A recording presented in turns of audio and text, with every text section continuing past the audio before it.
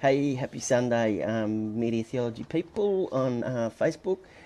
Great to have you here again. And like I said yesterday, tonight I wanted to touch on the next section of my ebook that I'm working on in the background. So yeah, once it's done, I'll have it available. It'll be free, and you'll be able to download it and have a look at the whole thing. But I'm just sharing a little bit about what it covers. So you can go back and have a look at the other videos, but just in case you've jumped in on this one, so you can get in on this one without having to go back first. In terms of what I'm putting together in my ebook is a way of kind of, I guess, questioning and looking at the different tensions there are in the three core areas when it comes to things that we're involved with ministry. The first was, excuse me, cultural value systems. So there's a few days back where I explained a number of different tension lines that are in play with cultural value systems. Second one is communication, which I'm going to talk about tonight in a sec.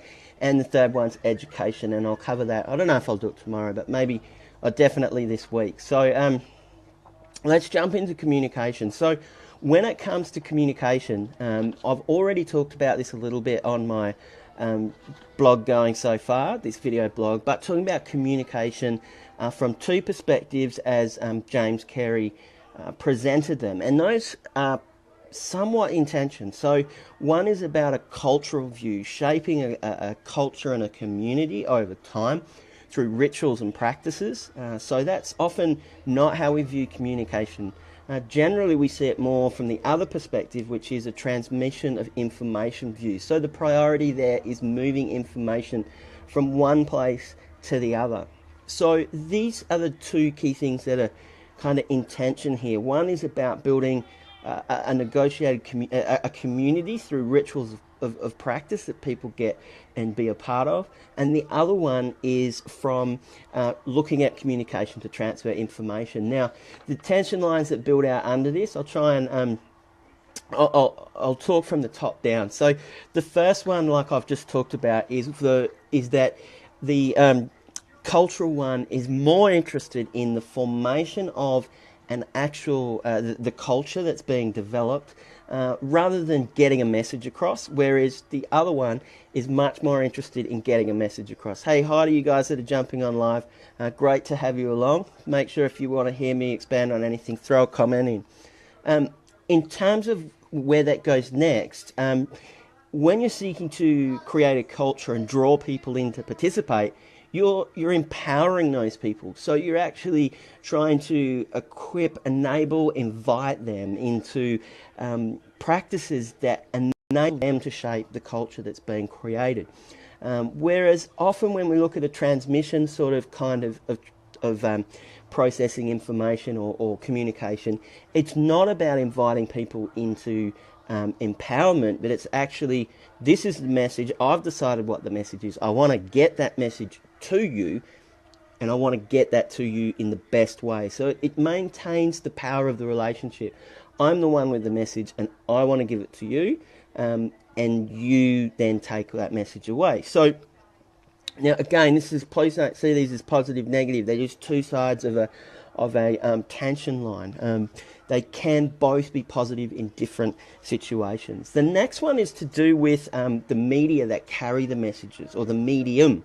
And so often what happens, I'll talk about on a transmission side first, is often we only see a very unilateral kind of sense for a particular medium. So this medium is very good at doing something, and so we're going to use it for that, and it'll serve that purpose. So you can unidirectional, I called it actually, just got some notes here if you see me looking down. A unidirectional, so it's kind of like it works in one way, it works in a particular way, and only in that way. And so an example of this, actually I'll talk about the other side. The other side is a conflicting medium potential. So it's understanding that medium can operate in different ways, in different circumstances, and have different impacts and effects. So you don't kind of put all your eggs in one basket kind of thing. So the example would be something like, say television, for instance. So a very transmission kind of focus would say, hey, TV goes out and reaches the masses, so this is an awesome way to spread the gospel, so let's really put a whole lot into that, and that's going to be awesome for spreading the gospel. On the other side, a more cultural approach would say, well, hang on a sec, what else does a television do? So a television creates celebrities. A television, it costs a lot to create content for television. So then that's going to create financial pressure on us. So is it going to be the best thing? So it's kind of, I guess, having a bit more of a broader idea of what a particular medium might do. So in some instances, for some content, from a cultural perspective, you might say this is something good for television, but television is also not good in this circumstance. Not just anything can go on television, if that makes some sense. It's probably one of the more tricky ones to get your head around. Another example would be, so if someone, a mobile phone, for instance, okay? So for someone who's, when you've got the mobile phone and you've just seen an accident and you can call someone immediately, you're like, wow, this thing is awesome, having a mobile phone. But then when you're the parent of a teenager who's just got a mobile phone at like dinner, or, you're out at a family get-together and that teenager's just on the mobile phone, it's like, I wish I'd get rid of that stupid phone. So it's understanding that different medium operating in different circumstances. So it's not just unidirectional, okay? So that's that one.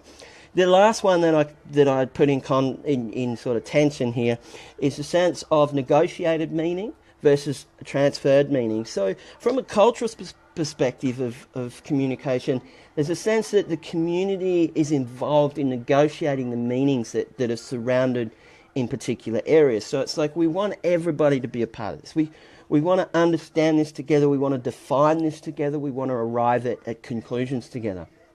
Whereas on the transferred meaning side, it's more about saying that the powers that be have just decided on the meanings of something, and it's about making other people understand those meanings rather than inviting them to a discussion around those meanings and whether those meanings have any flexibility to change or not. So that's some of the things that are in tension. And of course, it's not one's good and one's bad. I know that's how it can sometimes sound, but there are times where it's really, really important.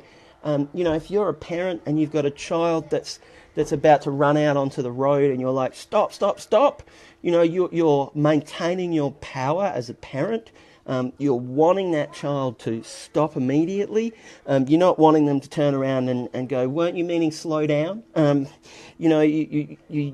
You're using your voice in a particular way that's designed to try and drive home a point, but you're doing that for the reason to try and save that child from making a terrible mistake. So, don't think one side's negative and the other side's positive, but it's about kind of looking at and saying, hey, in this activity that we're doing, or this particular thing that we're involved with, where do we want to land in this space? Do we want to be more towards this side or more towards that side? And are we doing things in a way that puts us in those kind of positions?